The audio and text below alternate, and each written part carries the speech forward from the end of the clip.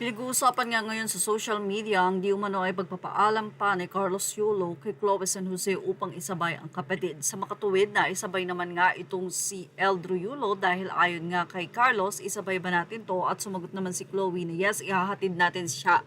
Sa makatuwid ay napunta ng di oras sila Carlos Yulo at itong si Chloe San Jose sa Liberisa kung saan doon nakatira ang mga magulang ni Carlos at ang kapatid na si Eldro.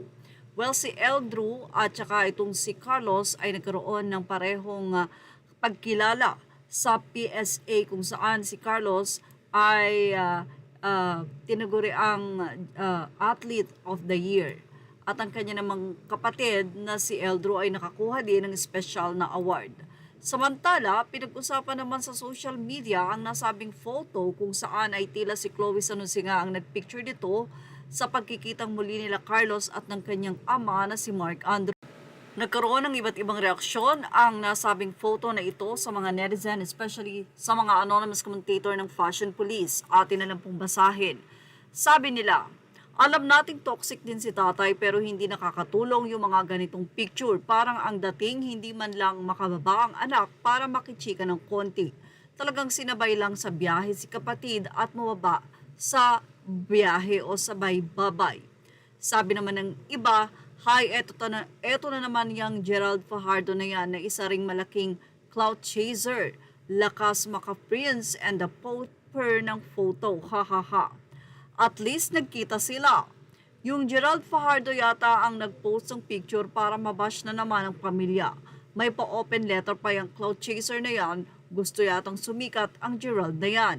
Sino man ang isa? This photo speaks volume. The rich son held back by his GF versus the dad who lives a very simple life.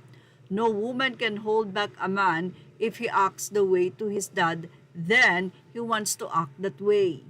Classic Filipino toxic-minded. Ang utak lang ng lalaki nakadepende sa babae. Sisi lahat sa babae ang totoxic nyo. Sino man ang isa? Mali ka. Nadinig mo ba si Carlo? Tinanong pa si Chloe kung isasabay ba yung kapatid.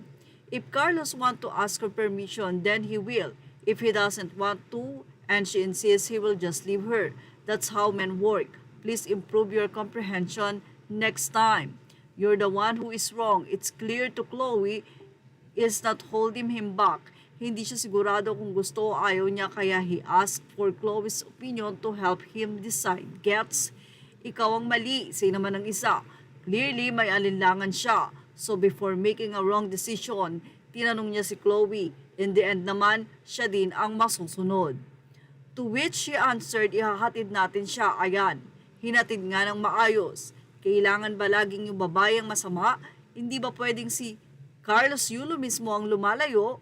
Wala bang siyang sariling paninindigan? Ganun. Bakit laging daw si Chloe San Jose ang sinisisi ng mga netizen? Don't worry, ikaw lang yan, te. Kung hindi ganyan ang nakasanayan mong language, bastos talaga ang tingin mo.